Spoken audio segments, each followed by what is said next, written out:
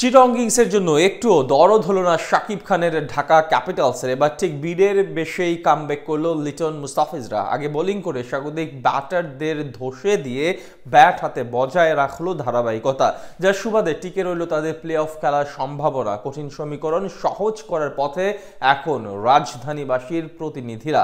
চিটাগং কিংসের বিপক্ষে ঢাকা ক্যাপিটালসের এমন দাপুটে জয়, প্লে অফের সমীকরণ নিয়ে বাকিটা জেনে নেব রিপোর্টে।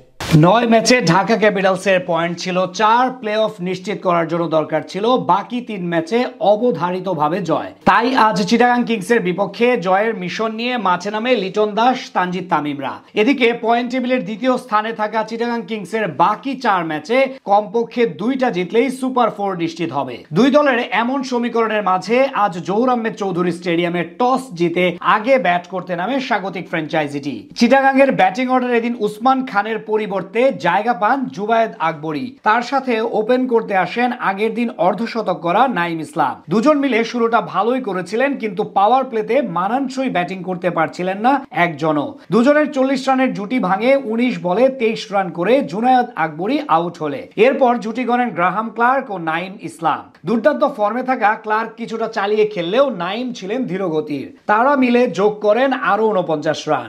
এরপর 19 রান করে নাজমুল ইসলাম অপুর বলে আউট হন ক্লার্ক। চিটাগং এর একাদশে সুযোগ পেয়ে এদিন নামের প্রতি সুবিচার করতে পারেননি পাকিস্তানি ব্যাটার হোসাইন তালাত। 2 বলে 2 রান করে ফিরেন স্টাম্পিং এর শিকার হয়ে। 14তম ওভারে আউট হন নাইম ইসলাম। এদিন অবশ্য তার 40 বলে মাত্র 44 রানের ইনিংসটি প্রশংসার চেয়ে বিরক্ত বাড়িয়েছে ভক্তদের। হাতে উইকেট থাকলেও রানের গতি বাড়াতে পারছিল না ফ্র্যাঞ্চাইজিটি, যার পেছনে অবশ্য ঢাকা ক্যাপিটালসের বোলারদের অবদানটাও ছিল উল্লেখ করার মতো। শেষ পর্যন্ত শামীম পাটোয়ারির 16 বলে 15 এবং হায়দার আলীর 11 বলে 16 রানের ইনিংসের উপর ভর করে 6 উইকেট হারিয়ে 146 রানের পুঁজি পায় চিটাগং কিংস। বল হাতে 13 রান খরচায় 2 উইকেট নেন মোসাদ্দেক হোসেন সৈকত। জবাব দিতে নেমে দারুণ শুরু করে ঢাকা ক্যাপিটালসের 2 ওপেনার লিটন কুমার দাস ও তানজিদ তামিম। এদিন তামিম কিছুটা মারমুখী হলেও ছোট টার্গেট বিধায় কিছুটা ধীর গতির ছিলেন লিটন দাস, কারণ তাদের লক্ষ্য ছিল বড় ব্যবধানে ম্যাচ শেষ করা।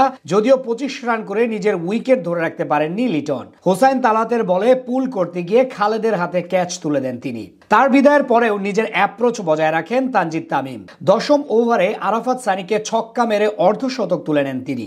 এরপর বেশ ভালোভাবে এগিয়ে নিয়ে যেতে থাকেন ঢাকার স্কোরবোর্ডকে। মাঝে অবশ্য 12 রান করে সাজঘরে ফিরেন মুনিম শাহরিয়ার, তবে সেটাতে কোনো প্রভাব পড়েনি ঢাকার লক্ষ্য অর্জনে। শেষ পর্যন্ত বড় ব্যবধানে সহজ জয় তুলে নেয় ফ্র্যাঞ্চাইজিটি।